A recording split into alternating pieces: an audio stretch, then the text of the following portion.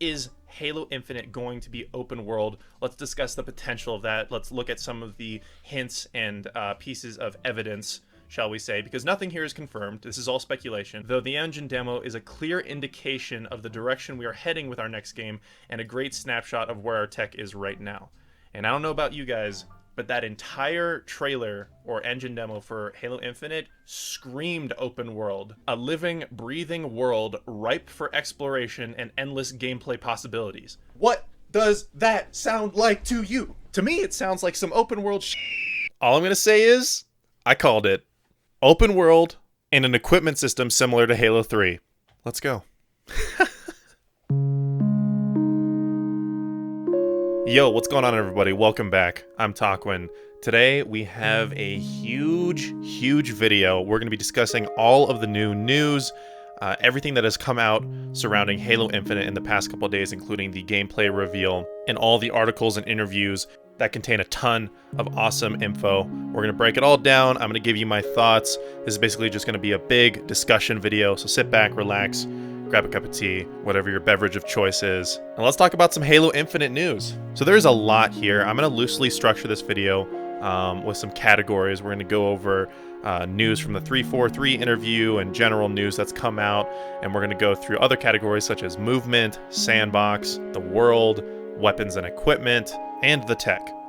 Quickly before we start, I just wanted to say a large portion of you guys watching the videos aren't actually subscribed, so if you are new to the channel, definitely subscribe. I'm going to be doing a ton of Infinite content going forward before the game and after its launch. You don't want to miss it.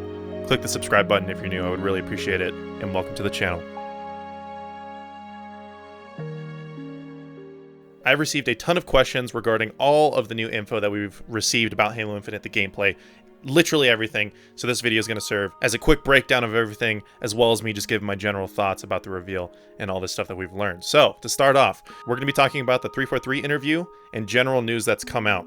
Reminder that a lot of this info was gathered from fellow content creators in the Halo community that got a chance to interview 343, so definitely check out all their videos and their channels. I've linked them all below. Definitely subscribe to these guys, and yeah, just wanted to give credit where credit is due, where a lot of this info is coming from.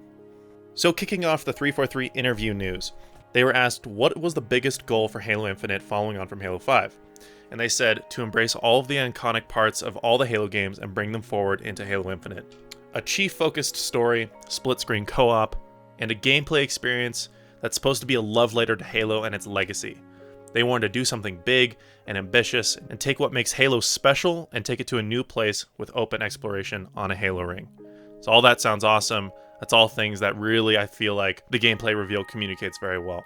That's honestly the direction that Halo needs to go right now. It needs to go back to its roots. It needs to convey that feeling that we all had playing it for the first time. And I feel like that's really what they're going for here, at least according to that and what we've seen so far. So that's great news. Moving on to the next question. When was the decision made to make a new engine? And 343 responded saying pretty early on in the development cycle, because they really wanted to make a game on a grand scale and make a new foundation to chart the course for the next 10 years of Halo. So there's been a lot of suspicion around this about Halo Infinite being a game as a service or a platform and sort of signaling the end of the numbered Halo titles, and that's been confirmed in a number of places now. But in order for them to achieve their vision of creating a Halo game on a massive scale and making a platform for the next 10 years of Halo, they really needed to make a new engine. There were several limitations that Bungie's Blam engine had in place, and the Slipspace engine just in general allowed them to create the game that they wanted to make. So as far as the gameplay demo, apparently that was about halfway through the campaign, according to 343, which is interesting. So moving on, the next question was about a public beta or a public flight before Halo Infinite's launch. What are the possibilities of that? So Chris Lee said, while 343 can no longer commit to offering public beta tests for Infinite, he said that they are assessing options for broader hands-on opportunities before launch, and that there may be beta tests after launch, given how 343 plans to grow and evolve Halo Infinite over time. He said, quote, "In fact, in many ways, feedback and community flighting will be even more important after launch as we partner together to continually evolve and update the game into the future." So this is an interesting answer. It's a bit disappointing, but I think it's a really important one too. At this point, I think it's very safe to say that 343 are considerably behind schedule, at least what they initially planned to be at this stage. Obviously, we're going through a massive pandemic right now. development has been slowed considerably, but I think that there are other factors on top of that are potentially slowing the game down, and this is a little bit concerning to see, because it was confirmed a long time ago that every Halo game going forward will have a beta before launch, and it just sounds like that's not going to happen right now. It's safe to assume that they're pretty behind schedule. So that is worrying, but I do have faith in 343 that they're going to be able to pull it together, and that because they're building this game as a platform, it's really not going to hurt the game too much in the long term, and they'll be able to make quick changes and adapt to feedback once the game launches. Again, this is not ideal. It kind of sucks that we're not going to be getting a beta or a public flight or something. At least that's not what it sounds like, but that's where we're at right now. Something that would be cool, in my opinion, would be for them to do an early access period for the game, kind of like Valorant or Fortnite for, a long period of time, and then eventually iron out all the details, then do a full public launch. So that might be a good option. I don't know. Something to think about. But that's where we're at in terms of whether or not we're going to be able to be playing Halo Infinite before launch. So another question relating to this, will Infinite launch with core features missing like Halo 5? 343 said that they want us to see Infinite as a platform, the start of something new. There's going to be a complete story for Chief with a beginning, middle, and end, but they're going to use this foundation to grow the game experience over time and tell more stories about Chief. This is a very odd response to the question of if the game is going to be launching with key features missing. It's very clear that it's kind of dodging the question a bit, so I'm not happy at all with that answer, because for me the biggest thing, and I talked about this in not my last video, the video before that, but the number one thing that Halo Infinite needs to succeed is to launch in a completed state, and so this does not sound like it's going to be launching in the completed state, which is very concerning. I would say delay the game, but I don't think there's any way that's going to happen. Microsoft needs to hit that holiday launch date for all the Christmas sales and everything like that, and I really just don't see them delaying this game, which is unfortunate, but just the general vibe from what we saw, all these statements for 343, it really does sound like they're behind schedule and they do need more time, but unfortunately I don't think we're going to see them get that extra time. So in response to that direct question, if Halo Infinite is going to be missing features, they didn't answer the question. So that's a little bit concerning, but moving on. So let's talk about difficulties for a second. They said that difficulties will work by selecting your difficulty at the start screen, and that Halo is designed around heroic difficulty. So that's cool. That's just kind of how Halo has always been. It'll be interesting to see how playing Infinite with a friend or something like that is going to work, if the difficulty is going to scale for them based on their option, or if it's going to force you into the same difficulty tier. Next up, are Fireteam Osiris and Halo 5's cast going to be in the game? So the response to this was basically, Infinite features a Chief-centered story around being alone on a Halo ring against insurmountable odds. The events that lead up to where the demo takes place will be revealed later. Another interesting response. I'm of the opinion that I don't think they should throw away all the characters that they brought in Halo 5. Rather, I think they should develop them, give more context to why they're in the Halo universe, because if you don't read the books, you don't really know who these people are. I'm talking about Fireteam Osiris, Blue Team, those characters. And I would be disappointed if we didn't see them return in Halo Infinite, but who knows? Like I said, they're going to reveal the events that led up to where the campaign demo was, and it's entirely possible that they're in that segment of the game. Maybe they die, maybe they're on another planet with some other conflict, you don't know. So we'll have to see on that one. They seem to really be wanting to focus in on a Chief-centered story, which I get, I completely understand, but I think they might be mistaking the distaste for Halo 5 as just, oh, Chief wasn't the center of the story, therefore we don't like it, when it was kind of more of, Chief wasn't the center of the story, and the rest of what was added was done terribly. Again, this is my opinion. You can totally disagree with me here, but I don't think that they should throw away all their ideas just because people didn't like Halo 5. I think you can still have a Chief-centered story with having characters other than Chief and like one other supporting character, you know? You can have Blue Team and Osiris play supporting roles in the background while having a Chief-centered story. I just think it maybe wasn't done well. So I hope they don't throw away everything that they've built, because, you know, there are things that I think 343 has done well, and I think the new characters they've brought in are cool, but that they could have been introduced way better and maybe structured differently. So anyway, moving on. They said that the world is actually several times larger than Halo 4 and 5 combined. I'll elaborate further on this later in the video. We're going to be talking about just the open world in general a bit later. Let's see here. So the pilot as a character, apparently he's supposed to be a contrast to Master Chief. He's supposed to be sort of the replacement for Cortana in the narrative sense of like Chief's the machine, Cortana's like the sense of humor, you know, it's ironic because obviously Chief is human, Cortana is the machine, but like they play opposite of those two roles. And the pilot is just supposed to be a very human character to contrast Chief's behavior. And on top of that, we got 4-player co-op confirmed to be in the game, and you all play as Spartans. All right, so that's basically a condensed summary of a lot of the questions and answers we kind of got out of the 343 interviews from various people yesterday. So moving on, I'm basically going to start covering things in these different categories. Like I said, tech, weapons and equipment, sandbox, the world, movement, and visuals. Because I've got a lot of opinions on all of this stuff, and I'm going to try to hit all of it in one video. Normally I like to separate these things into different videos, but I kind of just want to get all this news, all this new info condensed into one place so I can kind of just refer people when they want to know my thoughts on Infinite for the time being. So moving on from the 343 interviews and general news, let's talk about the weapons. So in the campaign demo, we saw a ton of new weapons, which is awesome. I'm super happy about that. I'm really excited for them to just go wild and bring a ton of new weapons into the game. I thought the rec system from Halo 5 was amazing because you got to see such interesting iterations of classic weapons. So I'm really looking forward to that and hoping that they kind of go more into that direction with Halo Infinite. There's a couple concerning things in here, but here, let me just list off all the weapons that we saw in the trailers.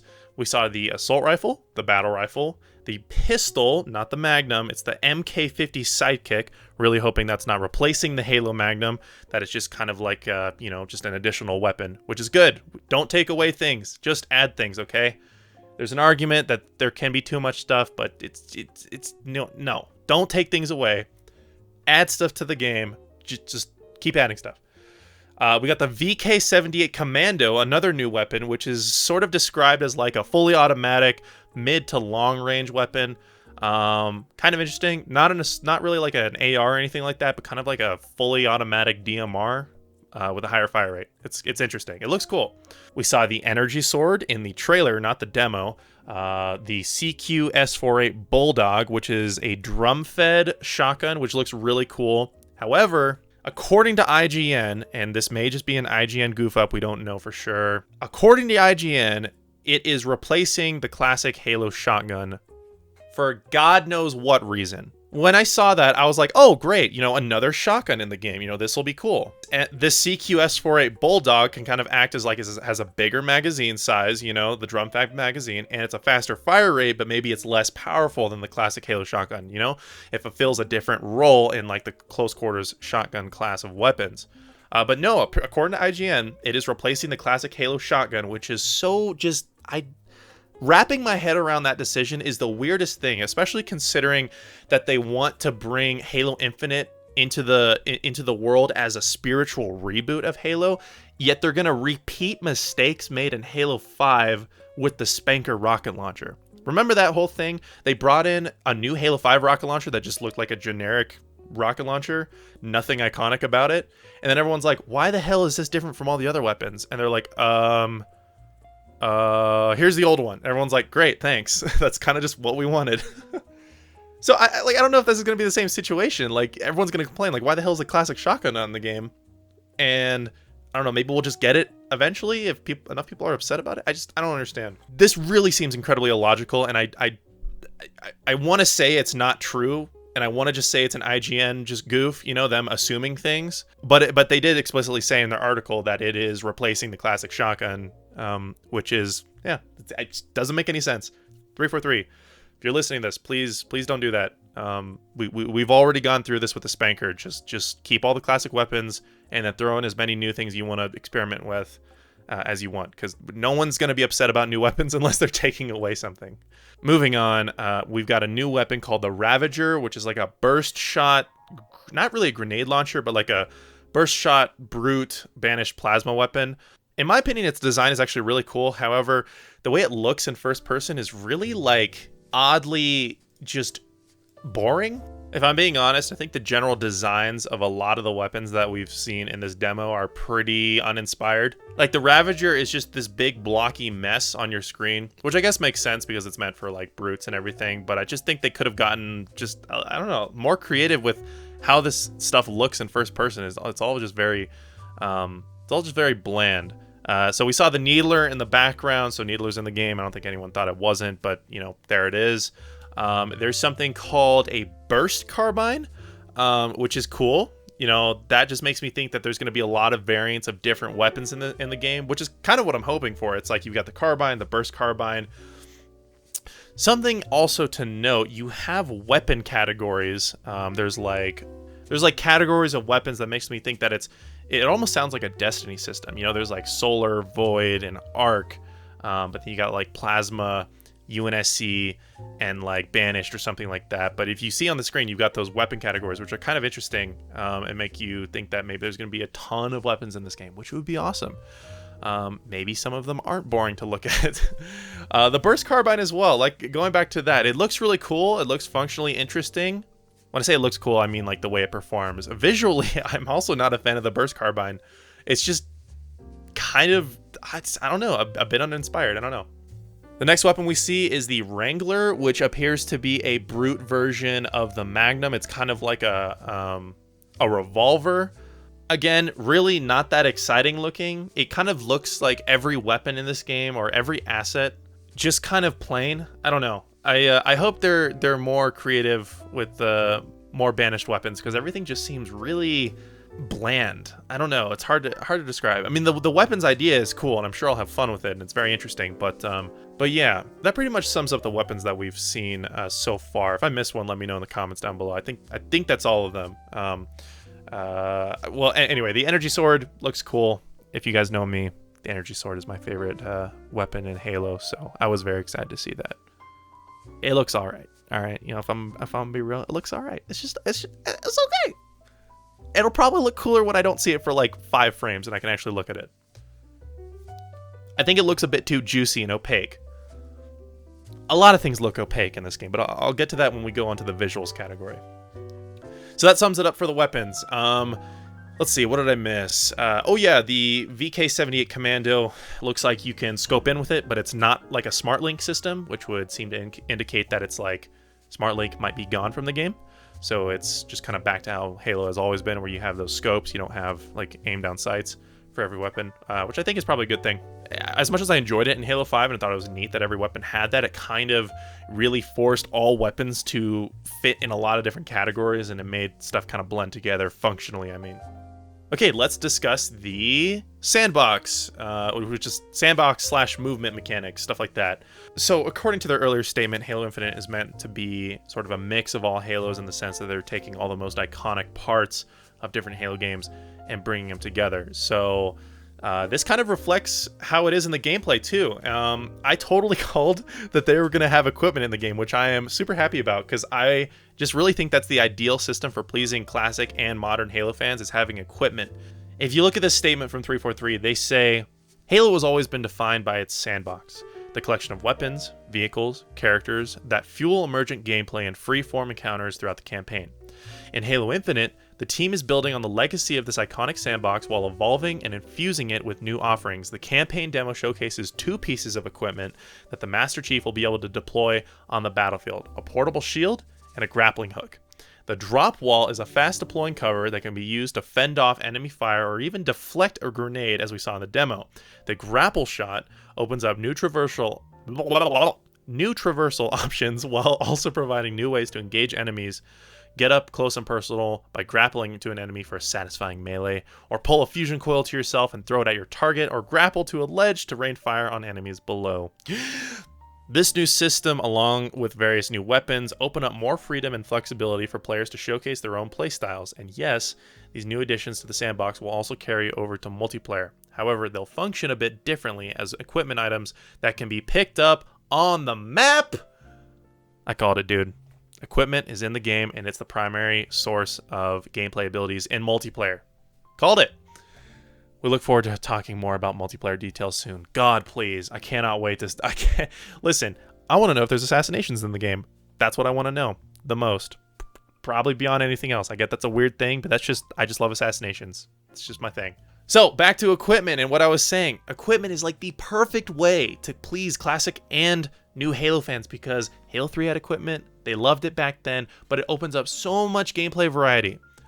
And it means you kind of have to fight for it on the map, meaning it's not an inherent ability that everyone has. Because when everyone has it, nothing special about that. Incredibles taught us that, okay? This makes me very happy. Like the rush for the grapple hook in a multiplayer match, you're gonna be the sole person on the map, flying around, doing crazy plays with it. I cannot wait personally to use the grapple hook, or the grapple shot as it's called in Halo Infinite, and get some neat assassinations, trick some people, do just a bunch of fun stuff.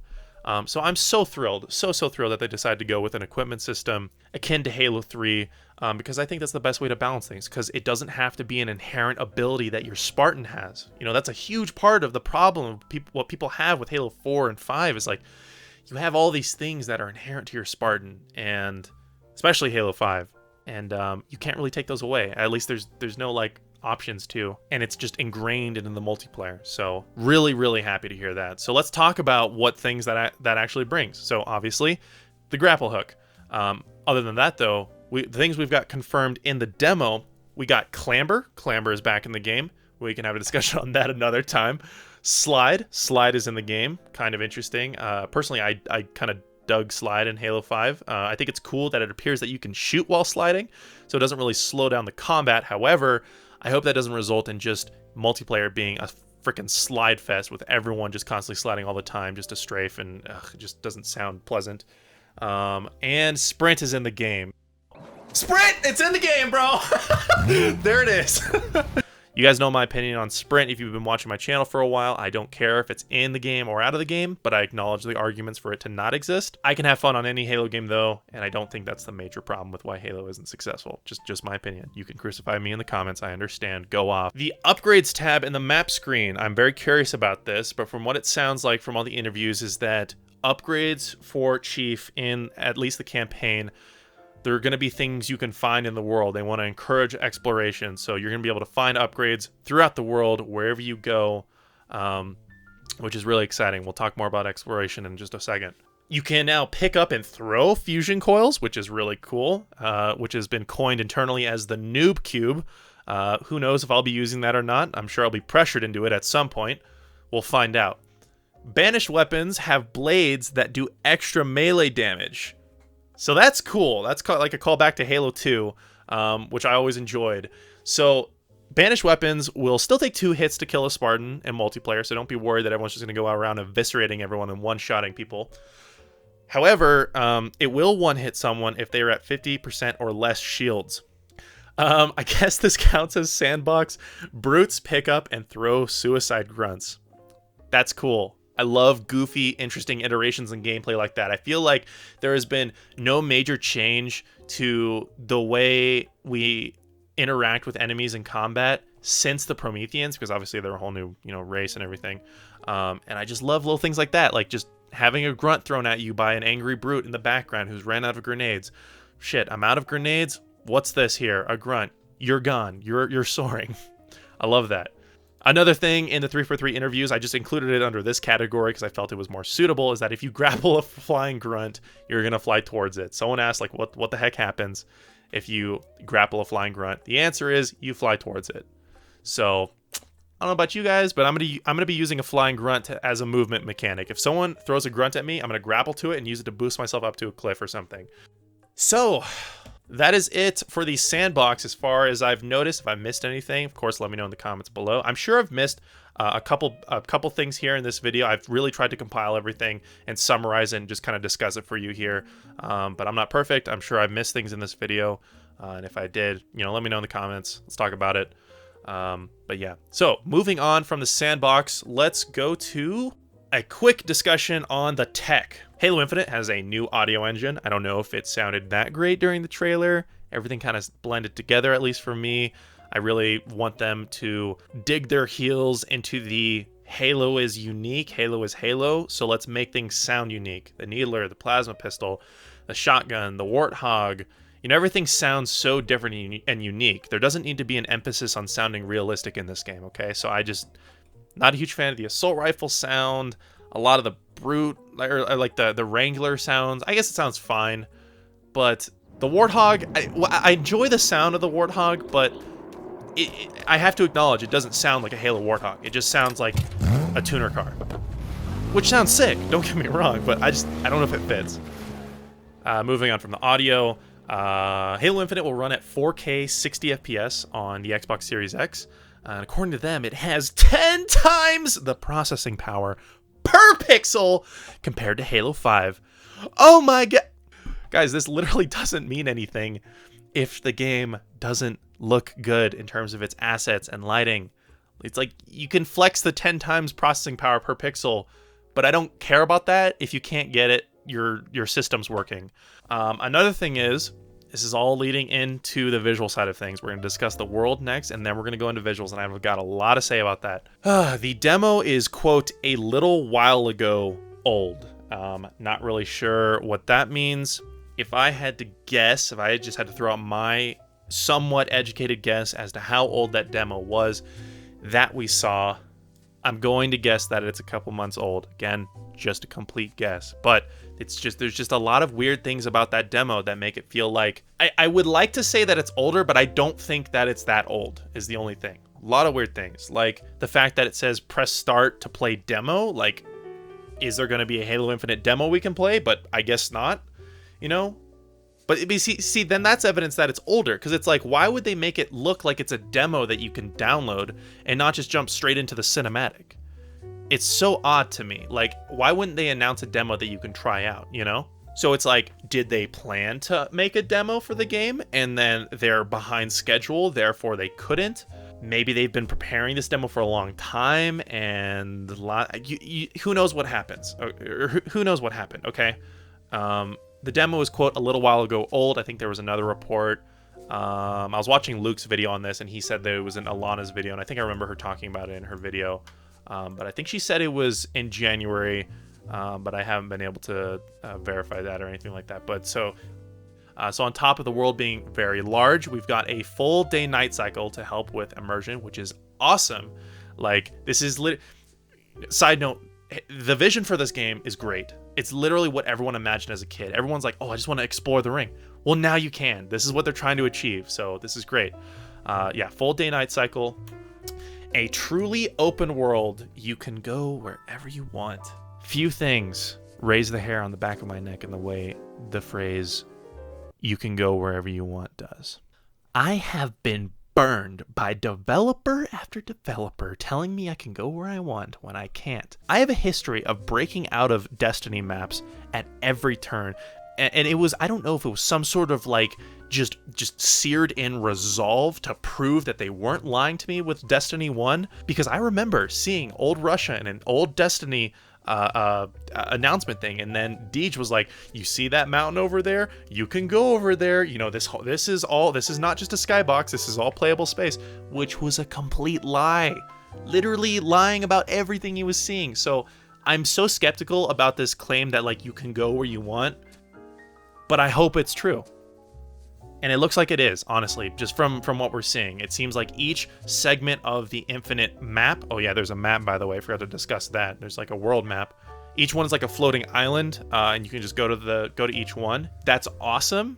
What I'm hoping for and what I picture when I hear you can go wherever you want is if I see a mountain over there or if I see a valley in the distance, I want to be able to go to the end of that valley. These weird basalt hexagon platform things that you see in Infinite from the destroyed ring or the part of the ring that's damaged are really cool, and I like them. It's neat, and I have my suspicions that it's a performance thing in order to break up the world so that it can, you know, despawn other areas and stuff like that.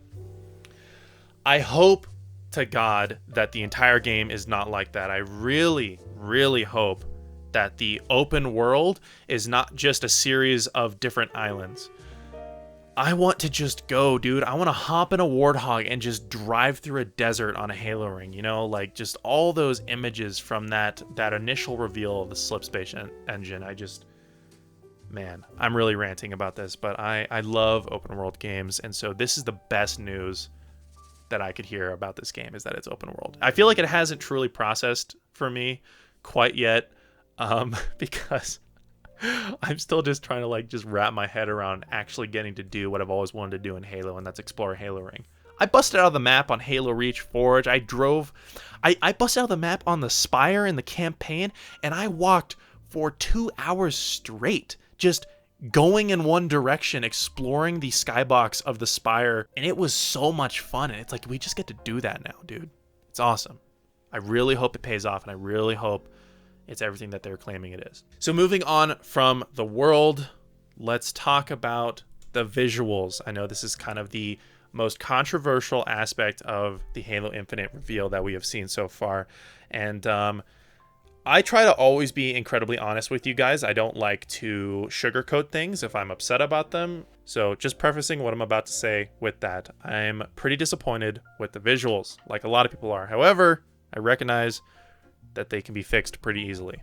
Halo Infinite, what we saw, even though I was disappointed by the visuals, looks exactly how I was picturing it to look. I was not holding this grand vision of like these insane graphics in my head, because I knew that the main reason why they made the Slipspace engine and the main reason why they made the art style the way it was obviously to, one, capture the spirit of Halo, but two, make a platform that's highly, highly customizable, expandable, and that they can fit a massive scope of a game using this engine. So their priority for Halo Infinite is 100% not graphics oriented. And that's just what obviously that's my opinion on what I think they're trying to do. However, we got to talk about it because it can look better than this. Man, oh man, textures just look flat. You can see the Elite standing here in this room with no light source, and he's just glowing, and he looks like Play-Doh. All the armor of all the enemies looks like Play-Doh. It's just, man, like the thing is, even with lighting, it still doesn't look that great. And I watched a great Digital Foundry video that I will link down below that really explains why this is. So I'm not going to tear into it as much as I initially, I guess, intended to, because I recognize what they're doing. They're doing like a dynamic lighting system, and there's pros and cons to that, but it's kind of necessary to achieve what they're trying to achieve with this game. But yeah, like if you look at this Elite here, completely flat. Even in some of the official images, they're just, a lot of things just don't have shadows. And that's because they're not in direct light, but at the same time, man. Again, I definitely don't think just insane crisis level graphics is a focus of 343 with this game, which I completely understand, because in my opinion, like the game looks pretty good. It's just very clear that there's several layers of post-processing and a lighting system and a whole lighting system that I think is missing. They confirmed that there is going to be a ray trace update for Halo Infinite after launch, which is just another indicator of like what is going on behind the scenes, you know? Like, are they behind schedule? Well, not are they. They are behind schedule, but how much is the question. Like, the Xbox One X, or sorry, the Xbox Series X is built around, you know, like, it has ray trace capability. It can do all this stuff, all these new graphical and lighting techniques it can do. And so it's just so odd to me that ray tracing isn't going to be in the game until after launch. And it's just like the thing that this game is missing is ray tracing, by the way, because they're using this like node-based like ambient lighting to try to like approximate what something would look like when it's lit if it's not in direct light, which is why we're seeing a lot of this stuff. Again, this is from a Digital Foundry video. If you want a way more in-depth explanation of this, definitely go watch it. Again, I'll link in the description. So this game needs ray tracing, for sure. In my opinion, I also think a lot of the armor needs to be more gritty, maybe a bit more complex. I'm talking about the Banished armor. I'm talking about the Elite armor. The Elite armor looks great, by the way, but I just think, gosh, the textures, just looking at the textures and like the wear and tear on things is just not there. And part of that, of course, is the lighting. You know, it's not popping, but I also just feel like there isn't enough like wear and tear on things. Like Halo Reach was definitely towards the end of the spectrum, or the far side of the spectrum when it came to like weathered looking assets, but damn, they looked good. And like Elites, they just, this alien looking metal just looked awesome on them. And just, it looks like plastic. I'm just going to say it. It just, every bit of armor I saw in this trailer looked like plastic. And I hope that the lighting can fix that. And then maybe that can be improved upon. But here's the thing, you know, I'm being pretty harsh here.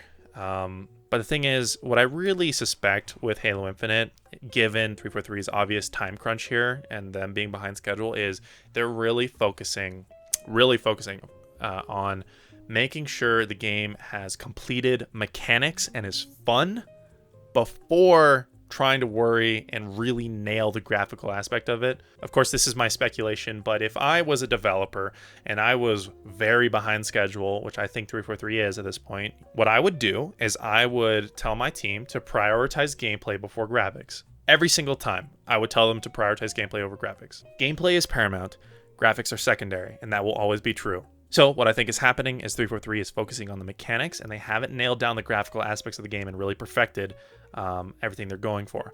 Obviously, in the trailers and everything, stuff looks better, but those are like perfected environments, and like all those are just very, very prepared. This was their chance to show us that, and the fact that this demo looked like it did really makes me think that they're far from being done on the graphics side of things, which gives me a lot of hope that it'll look better at launch, but also that they're really trying to go for mechanics and make sure the mechanics are down before they get to the graphical things, because damn, do they have some work to do on the graphics side. So I know I'm probably missing a lot of things here, and a lot of things I probably also wanted to mention and forgot, because this is just a massive video at this point. If you've made it this far, I appreciate it, but I'm going to stop ranting at this point. Because I think I've pretty much got a lot of my thoughts out there. I'm really excited for this game, guys. Even as negative as I sound, I am also very excited, and I do have faith that 343 is going to be able to pull this through and really deliver a great experience for us Halo fans.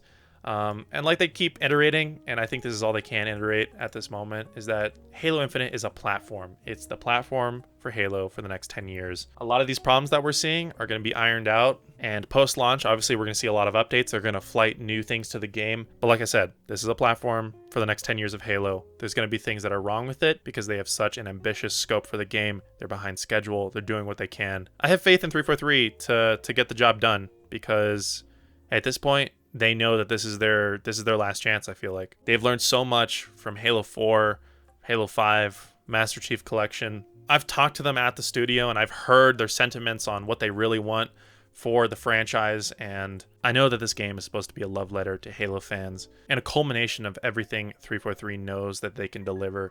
So I'm really excited.